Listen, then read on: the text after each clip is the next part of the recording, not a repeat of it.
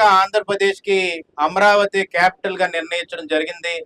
దానికి కృతజ్ఞతలు తెలుపుకోవాలి. ఎందుకు ఈ మాట అంటున్నానంటే, ఎప్పుడు కూడా నిక్కచ్చిగా నిజాయితీగా ఒకే ఒక మాట మీద నిలబడేవాడే నాయకుడు. అటు ఇటు మాట్లాడే వాళ్ళ నాయకులు కాదు. మొట్టమొదటి నుంచి కూడా చంద్రబాబు నాయుడు గారు అమరావతి క్యాపిటల్ అన్నారు. వైజాగ్ ని ఫైనాన్షియల్ క్యాపిటల్ గా నేను డెవలప్ చేయాలంటే దానికి ఇండస్ట్రీస్ తేవాలి, కంపెనీస్ తేవాలన్నారు. రాయలసీమని మనం హార్టికల్చర్ హబ్ కింద తయారు చేసుకుందాం అన్నారు. అన్ని ప్రాంతాలని ఇంక్లూజివ్ గ్రోత్ ని తీసుకొచ్చాలి, ఇంక్లూజివ్ ఎకానమీని పెంచాలి అని చెప్పి మొట్టమొదటి నుంచి, ఇప్పుడు కాదు, హైదరాబాద్ నుంచి అదే మాట్లాడుతూ వచ్చారు. మళ్ళీ కూటమి ప్రభుత్వం అప్పుడు కూడా బీజేపీతో అలయన్స్ ఉన్నప్పుడు అప్పుడు కూడా మాట్లాడారు అమరావతి క్యాపిటల్ అని. మధ్యలో 5 ఏళ్ళు మాత్రం 3 క్యాపిటల్స్ తీసుకొస్తానని చెప్పి జగన్మోహన్ రెడ్డి గారు వైఎస్ఆర్సీపీ గవర్నమెంట్ ఉన్నప్పుడు చెప్పారు. చెప్పిన తర్వాత అది చట్టబద్ధం అవ్వలేదు. దాని తర్వాత ఉత్తరాంధ్రలోని గొడవలు అయ్యాయి, రాయలసీమలో గొడవలు అయ్యాయి, అమరావతిలో గొడవలు అయ్యాయి. రైతులు ఇబ్బంది పడ్డారు.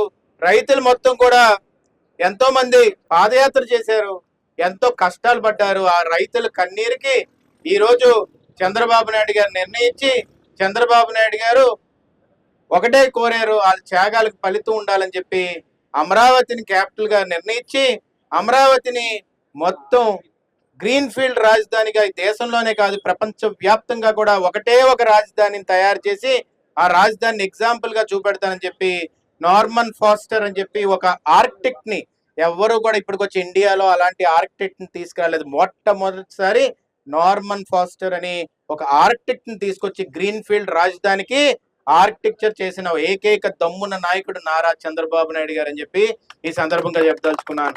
ఈరోజు చాలా సంతోషంగా ఉంది.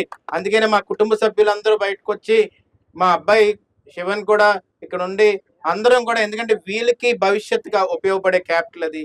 అందుకని అందరూ అనుకున్నాం ఏంటంటే, మా కుటుంబ సభ్యులందరూ, మా కార్యకర్తలు ఉన్నారు, మా కుటుంబ సభ్యులు అందరూ కూడా కలిసి ఈ సంతోష జ్యోతి అని అనుకోవచ్చు. నేను ఈ సంతోషమైన సమయాన్ని మనం, ఎందుకంటే మాకు కూడా దీంట్లో భాగం ఏంటంటే, మా నాన్నగారు అయ్యన్న పాత్ర గారు ఇలాంటి హిస్టారికల్ రెజల్యూషన్ పాస్ చేసినప్పుడు ఉన్నతమైన స్థానం, చైర్లోని స్పీకర్ గా కూర్చొని అదృష్టం ఈ రోజు మన నర్సీపట్నం నియోజకవర్గ ప్రాంతం కల్పించింది.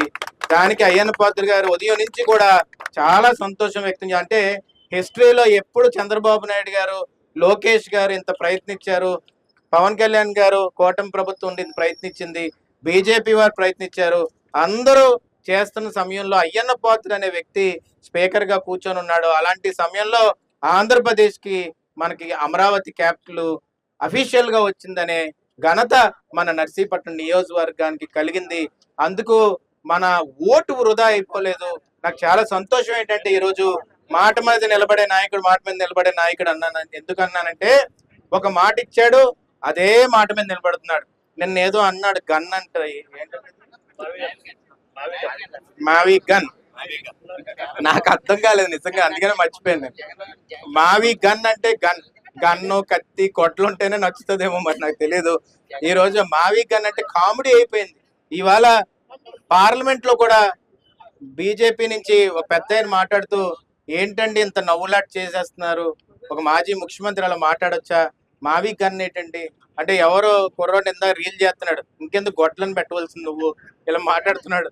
అలా నవ్వులాట అవ్వకూడదు. తెలుగు జాతి ఎప్పుడు కూడా నవ్వులాట అవ్వకూడదు. తెలుగు జాతి ఎప్పుడు కూడా ఉన్నత శిఖరాల్లో ఉండాలని ఆలోచించే వ్యక్తి నారా చంద్రబాబు నాయుడు గారు. ఈ సందర్భంగా చెప్పదలుచుకున్నాను, మన అమరావతి ఇంకా అఫీషియల్ గా క్యాపిటల్ అయిపోయింది. అందుకే జై అమరావతి, జై అమరావతి, జై అమరావతి.